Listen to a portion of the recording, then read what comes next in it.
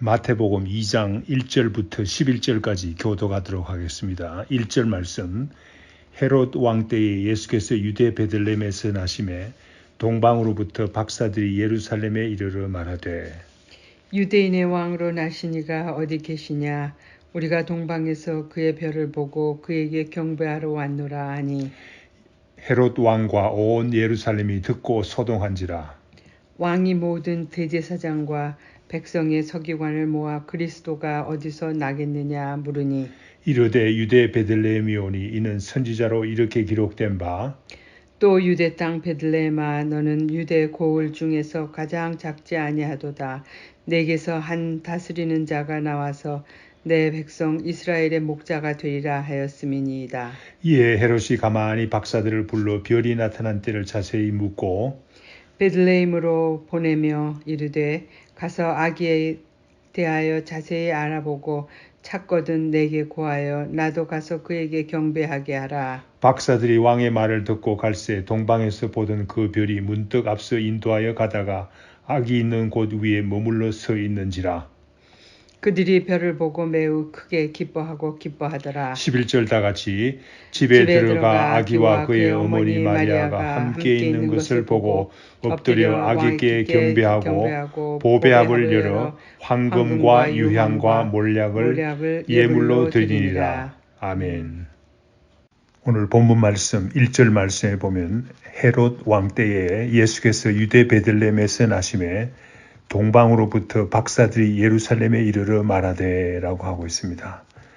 헤롯 왕 때라고 했습니다. 헤롯 왕은 정말 세상적으로 볼 때는 탁월한 지략과 용기를 가진 왕이었지만은 정말 악한 왕이었습니다. 폭군이었습니다.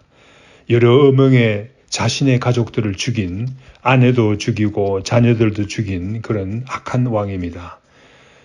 주전 37년에 왕이 되어서 주전 4년에 죽게 되는데 그때에 예수님께서 유대 땅 베들레헴에서 나셨다고 밝히고 있습니다. 그때에 동방으로부터 박사들이 예루살렘에 이르렀다고 말하고 있습니다. 동방의 박사들은 오늘날로 말하자면 별을 연구하는 천문학자로서 많은 지식이 있는 사람이며 또한 귀족층에 속하는 아주 귀한 분들이었습니다. 동방의 박사들이 예루살렘에 와서 단도직입적으로 물어봅니다. 유대인의 왕으로 나신 이가 어디 계시냐? 그의 별을 보고 그에게 경배하러 왔노라고 밝혔습니다. 이와 같이 마태는 유대인의 왕으로 탄생하신 예수 그리스도를 소개하고 있습니다. 누가가 소개하는 예수 그리스도의 탄생과는 비교가 될 만하지요. 누가복음에는 구유에 나신 아기를 소개하고 목자들, 평범한 사람들이 찾아와서 경배한 이야기를 중심으로 예수 그리스도의 탄생을 전하고 있지만은 마태는 천문학자, 박사들을 통해서 유대인의 왕으로 나신 이가 어디 계시냐고 물음으로써 예수 그리스도께서 유대인의 왕으로 나심을 소개하고 있습니다. 3절 말씀에 보면 이때에 헤롯 왕과 예루살렘이 듣고 소동했다고 했습니다. 유대의 왕이던 헤롯은 유대인의 왕으로 나신 이가 어디 계시냐라는 말에 대단히 기분이 좋지 않은 것 같이 보입니다. 소동했다고 합니다. 그럴 뿐만 아니라 예루살렘 주민들, 예루살렘에 살던 많은 유대인들도 또한 같이 소동했습니다.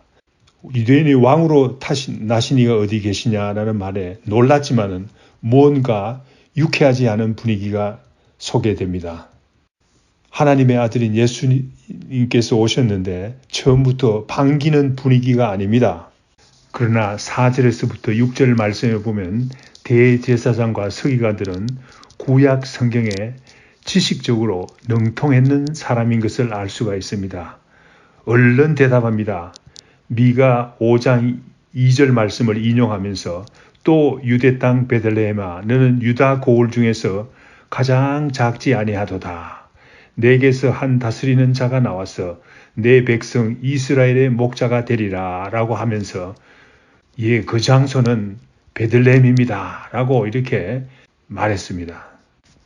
7절에서 8절 말씀에 보면 이때 헤롯은 엄흉한 마음을 가집니다.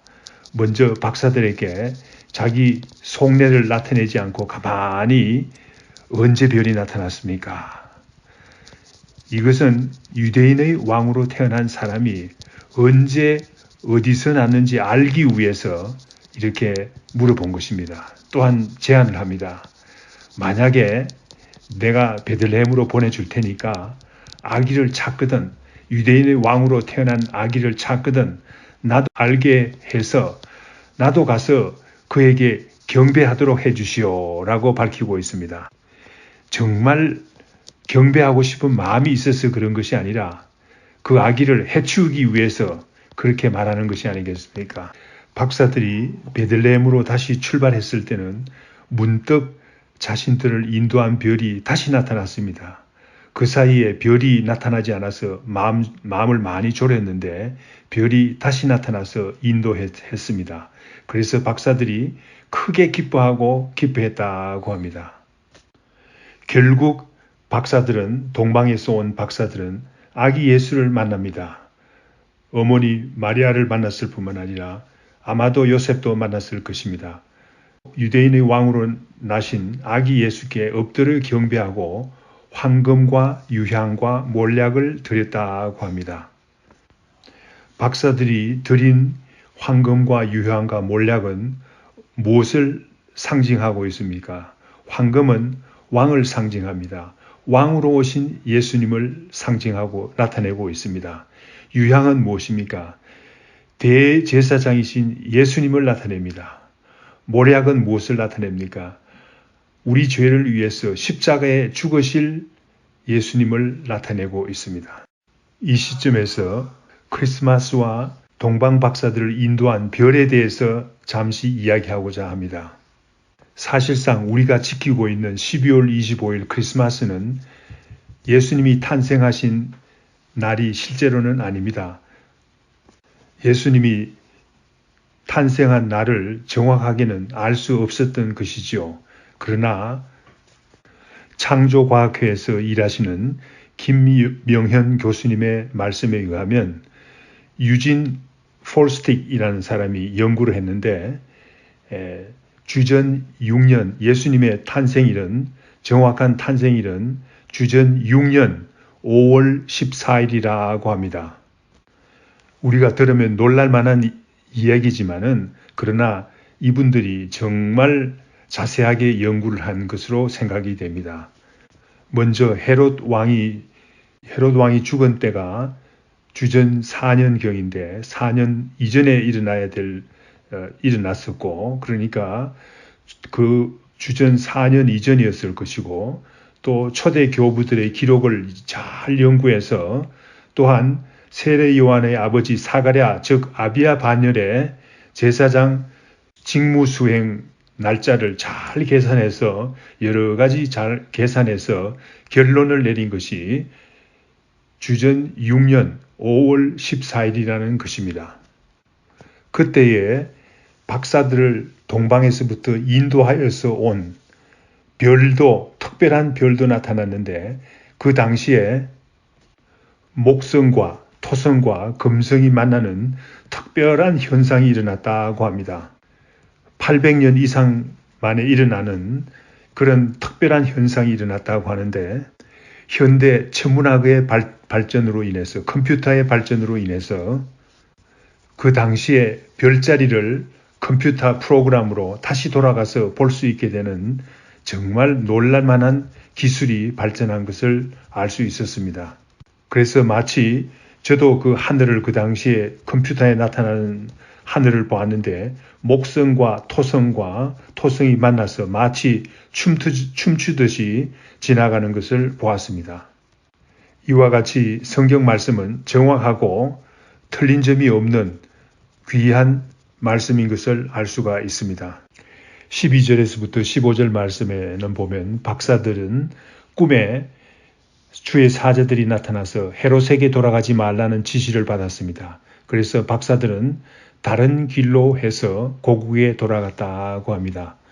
주의 사자가 요셉에게 또한 나타났습니다. 현몽하여서 헤롯이 아기를 죽이려는 계획을 알려주었습니다. 그래서 요셉은 가족들을 이끌고 애굽으로 피신했습니다.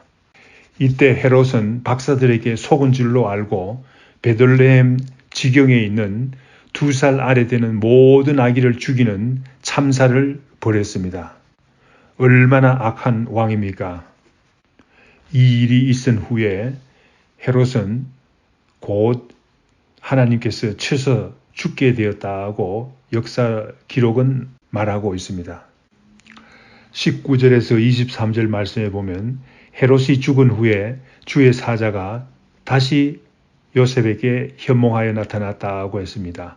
이제 이스라엘 땅으로 돌아가라 라고 했습니다. 그래서 요셉은 가족들을 이끌고 갈릴리 지방 나사렛이라는 동네에 정착해서 살게 되었다고 합니다. 이 또한 하나님의 말씀이 구약 성경에 나타난 하나님의 말씀을 이루기 위한 것이었다고 성경 말씀은 밝히고 있습니다. 이렇게 해서 구약 성경에서 예언된 메시아의 탄생에 관한 예언들이 다 이루어진, 하나님의 말씀이 그대로 이루어진, 선지자들로 통하여 말씀하신 일들이 다 이루어진 사실을 발견할 수 있습니다. 예수님께서는 하나님의 아들로서 자기 백성을 죄에서 구원하러 이 땅에 오셨습니다.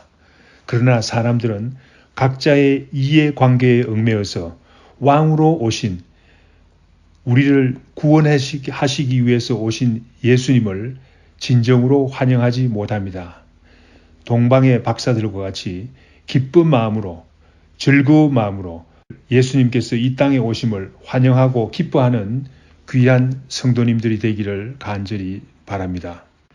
다 같이 기도하겠습니다. 아버지 하나님, 이 세상은 험악하고 험악합니다. 그래서 우리를 위해서 오신 하나님의 아들인 예수 그리스도를 진정으로 환영하지 못한 많은 악하고 어리석은 사람들이 있습니다. 아버지 하나님, 우리 성도님들은 예수 그리스도께서 이 땅에 오심을 진실로 환영하며 기뻐하며 반기는 귀한 분들이 되게 인도하여 주시옵시고, 임마누엘 예수 그리스도와 함께 살아가는 귀한 성도님들이 되게 인도하여 주시옵기를 간절히 빌고 원하옵나이다. 예수님 이름으로 기도드립니다. 아멘. 하늘에 계신 우리 아버지여, 이름이 거룩히 여김을 받으시오며 나라의 임하옵시며 뜻이 하늘에서 이룬 것 같이 땅에서도 이루어지이다. 오늘날 우리에게 일용할 양식을 주옵시고 우리가 우리에게 죄 지은 자를 사하여 준 것 같이 우리 죄를 사하여 주옵시고 우리를 시험에 들게 하지 마옵시고 다만 악에서 구하옵소서. 대개 나라와 권세와 영광이 아버지께 영원히 싸움나이다. 아멘.